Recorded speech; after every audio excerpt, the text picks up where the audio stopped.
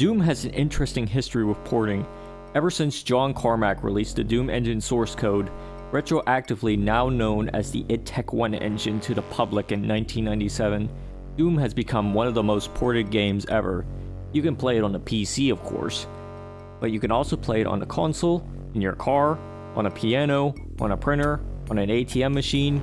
Heck, you can even play Doom inside Doom. I'll link some videos in the description to show you some examples of this, but I mention this because a lot of this is possible because the source codes released to the public has made things so much easier. However, we're here to talk about source ports. That is to say, the ports of the original game for computer devices like Windows, Macintosh, Linux, among some others. There are tons of source ports for the game, so many that it might be hard to decide which one is best for you. So for that question, I'm going to show a few of the more well-known ones in this video. I might do another video of other source ports in the future, if enough interest is in such a video. But let's start this series off with something that isn't exactly a port. That's right, we're going to pay our respects to the original version, played through DOSBox.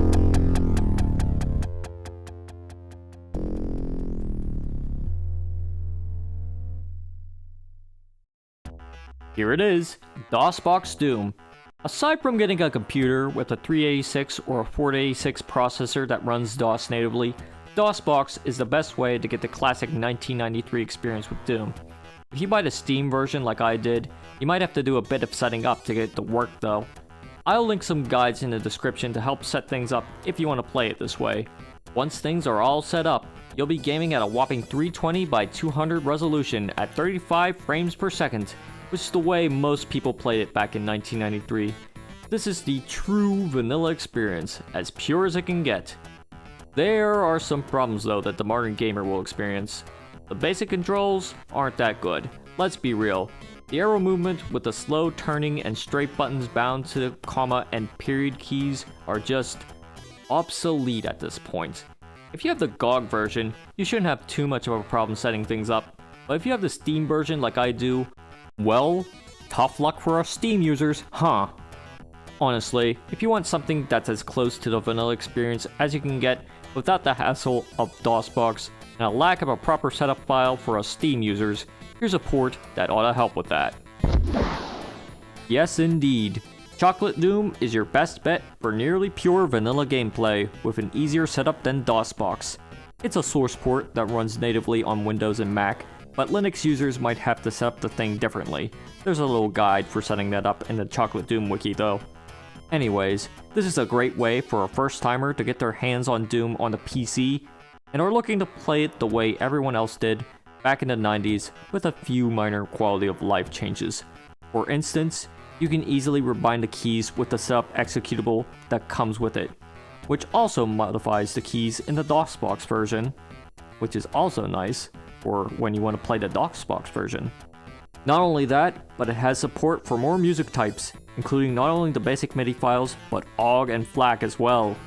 DOSBox had some issues with the mouse too, but this version also fixes that.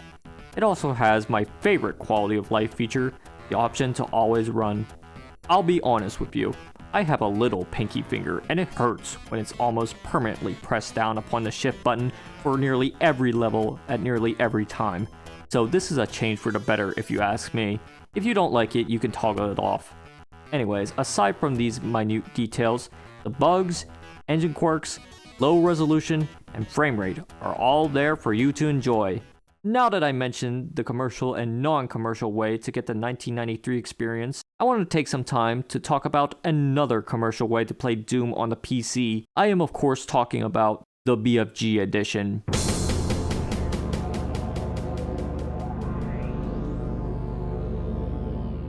Oh god, the BFG edition. I've heard a lot of nitpicks about the Nintendo Switch and mobile re-releases of classic Doom, but a lot of those nitpicks, aside from the whole BethesdaNet crap, are present in this version too.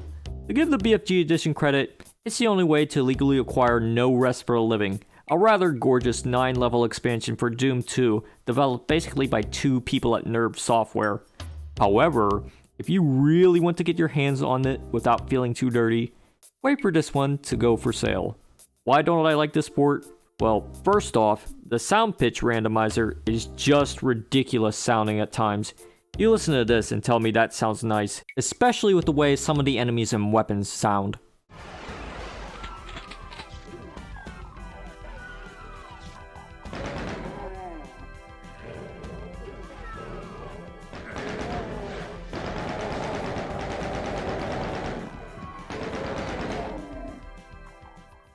It only gets worse when you hear the super shotgun reloading sound. Oh god.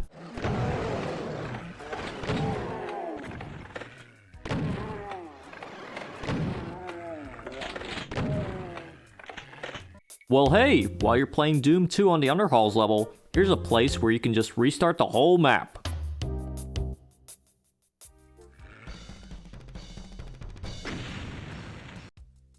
Wow, we get to play Underhalls again, and this time we have the super shotgun. And hey, if we want to do it all over again, we can.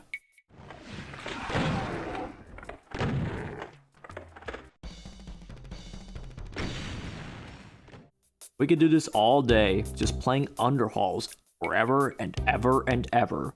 But I have to say, for the sake of information, that secret switch would normally lead to another secret level, one that was included in the Xbox version of Doom, which is Map 33, Betray. However, in the BFG edition, that button just leads you back to Underhalls again, leading to that situation where you can play the map indefinitely. I'm playing it right now through GZDoom by using a console command. Because the map's in the game files though, but you can't access it through normal means. You have to use a console command or an ID Cleb cheat that sends you the Map 33, provided your source port of choice actually supports that. Is it really worth playing though? In my honest opinion, not really. This level and the sewers level that was also in the Xbox version, which isn't in the BFG edition though, are not worth playing. Both of them are confusing, mazy, and ugly. At least Map 33 uses the Doom 2 intermission screen music, but some people might not like that. They might find the song a bit repetitive, but I kinda like it. But I don't like the map though, and I'd have no idea why they left it in the game. I guess it's a leftover for when they were porting the Xbox version to the Xbox 360 and thus into the BFG edition. Lazy devs, I'll tell ya. But I've spent too much time talking about this map, and I need to talk about the rest of the BFG edition's quirks. Now, where was I?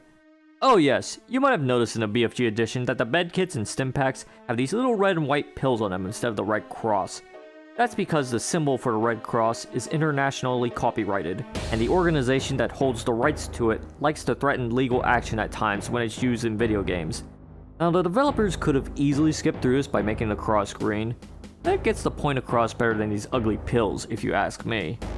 Also, the music uses the Gravis ultrasound module, but like in the Switch and mobile versions, it's slower than the originals. At least it doesn't sound as sad as the generic MIDI wavetable versions played slowly.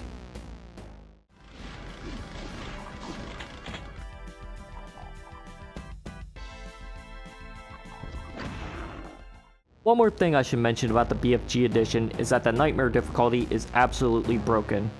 Well, I mean, it's already broken to begin with because it was the joke difficulty, but for the people who take this difficulty seriously, all 12 of you, this version really screws things up.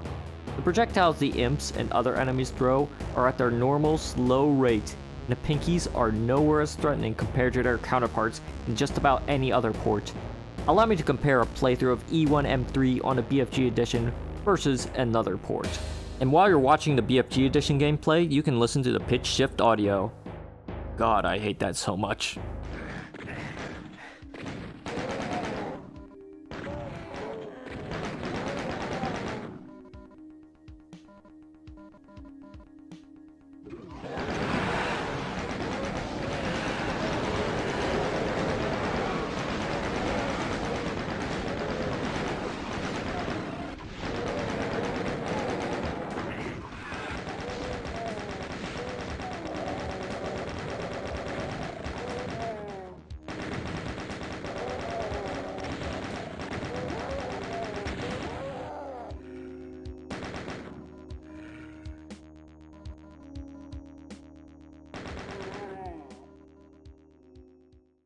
Yeah, the BFG edition is really screwy, and I really don't want to talk about it anymore. I'd rather talk about a good source port, one like GZDoom.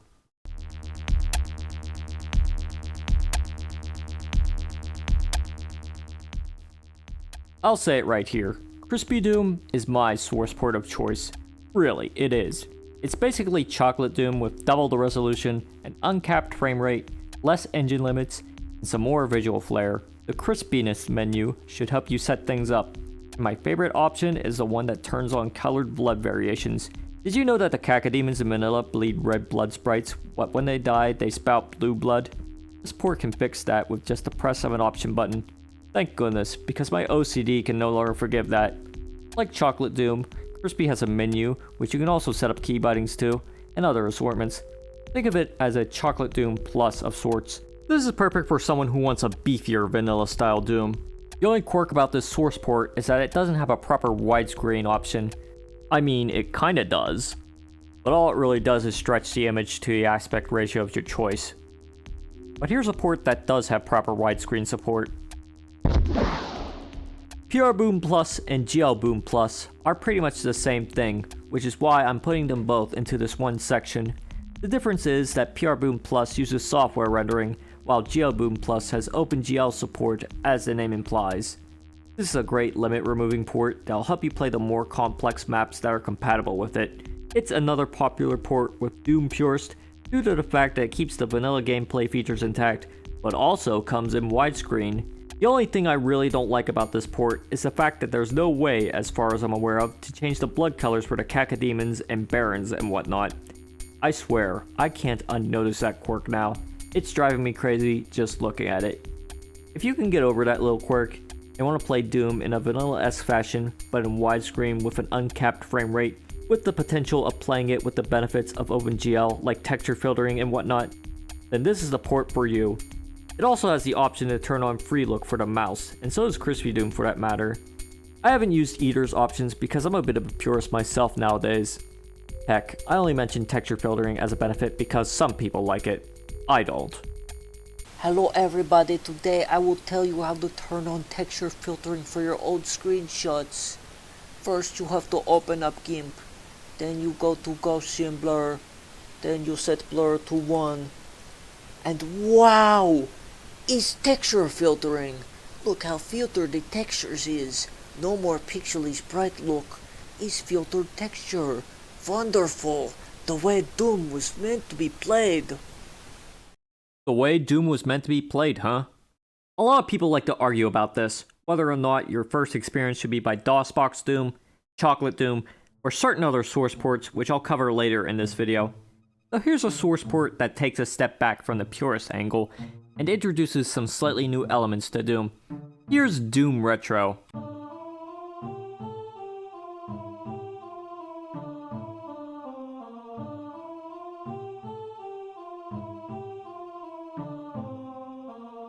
Doom Retro is a source port that began development rather recently, all things considered. It started off in 2014, which I know is 5 years ago as of this video, but that's still quite recent when it comes to source ports. It introduces some nice little touches into the game. By default, you have the WASD key setup, though you can rebind it if that isn't your thing. There are some nice visual features too. Enemies will cast build engine style shadows. The explosions and damage shake the screen and sometimes the HUD more. Certain enemies have colored blood, and the water effects are more murkier, if I can describe it like that. There are some quirks with this one though too. The physics are much different than some other Doom source ports. In the original versions, there was a mechanic to save up memory that made the monsters infinitely tall. In Doom Retro, this height thing doesn't exist. I found this feature to be really annoying in Doom, and I'm glad it doesn't exist in other games like Heretic, but that's just one of the things this port changes. The weapons enemies drop can also be affected by physics sometimes, for better or worse. I should also mention that I believe this is a port that counts lost souls as enemies, which the other ports I mentioned so far don't. If you don't kill all the lost souls on a map in Doom Retro, you don't get 100% kills. That aside, this is a great way to play Doom in a semi-vanilla way for casual types who aren't interested in getting the pure vanilla Doom experience. Because this is Doom Retro. it's imitative of a style, fashion, or design from the recent past, but not exactly copying the styles. It's doing its own thing, and that's why I kinda like it. It's got moxie. There is one thing that I don't like about the source port though. It doesn't have a proper level stat counter that you can easily access. You have to use a console command to get it, and it displays a lot more things than you probably want it to. Very detailed, a little bit too detailed for me. I'd rather have something that you can access by using the auto map or have always on the screen by a toggleable option or something along those lines. But I'll digress from this topic. Aside from that, it's a pretty cool port. So now that we've gotten into discussing source ports that change the gameplay to an extent, I believe it's time to talk about a certain source port that is probably the most popular Doom source port of all. I am in fact talking about GZDoom.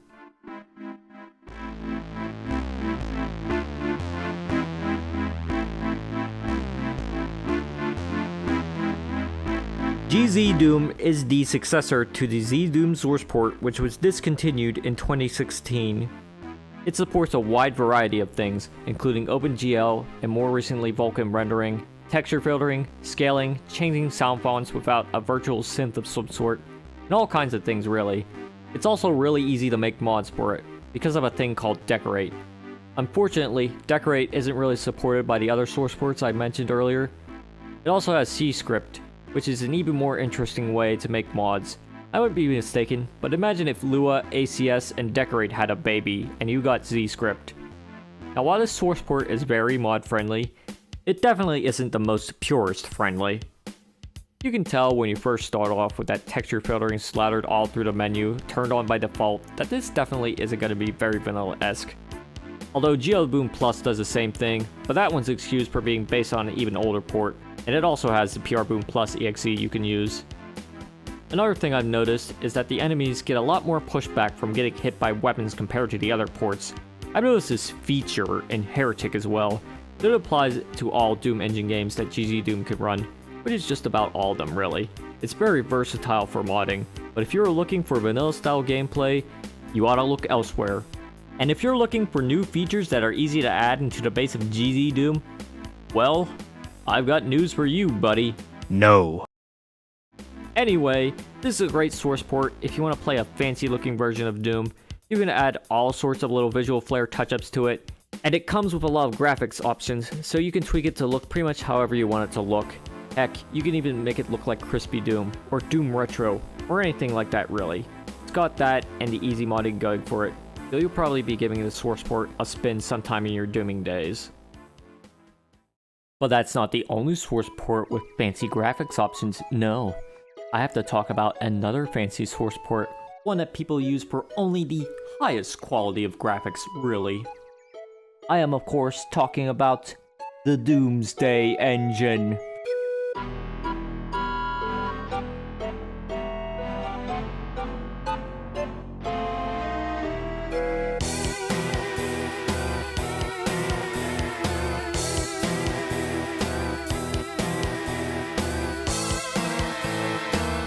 Oh god, it's so tacky.